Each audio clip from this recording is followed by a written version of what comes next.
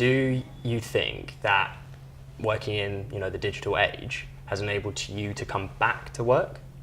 I think it has. I've had to retrain and it's been a challenge, but I also believe that anybody, if you've got the skills that you had pre-digital, those skills can actually be applied post-digital. We should encourage older people to actually use technology. Yeah. It doesn't have to overtake your life, but it can actually help them get back into the workplace. How do you feel about things like, substitutes for humans in the home, like things like automatic pet feeders and things like that? There's no substitute for human care of a pet. I also think it's a generational thing. Sometimes people, no matter what the technology is, they feel they need it.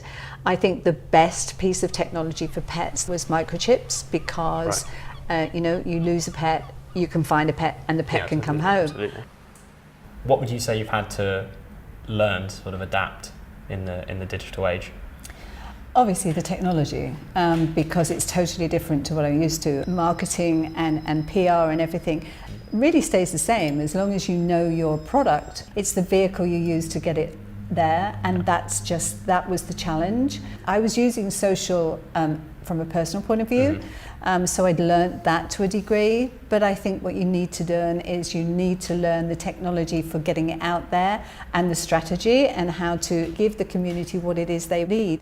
I think that the biggest innovations in technology over the next sort of 20 years are going to be making tech less impactful in everyone's life. Yeah. So it will be interconnectedness, making sure everything is the same on every single device, and it's all fluid, it's all seamless. And if we can go forward with technology so that it doesn't become a barrier for any age group, because that's the biggest issue. It's not what we've been brought up with. So if we can make that across the board with our company, that it's easy for everybody.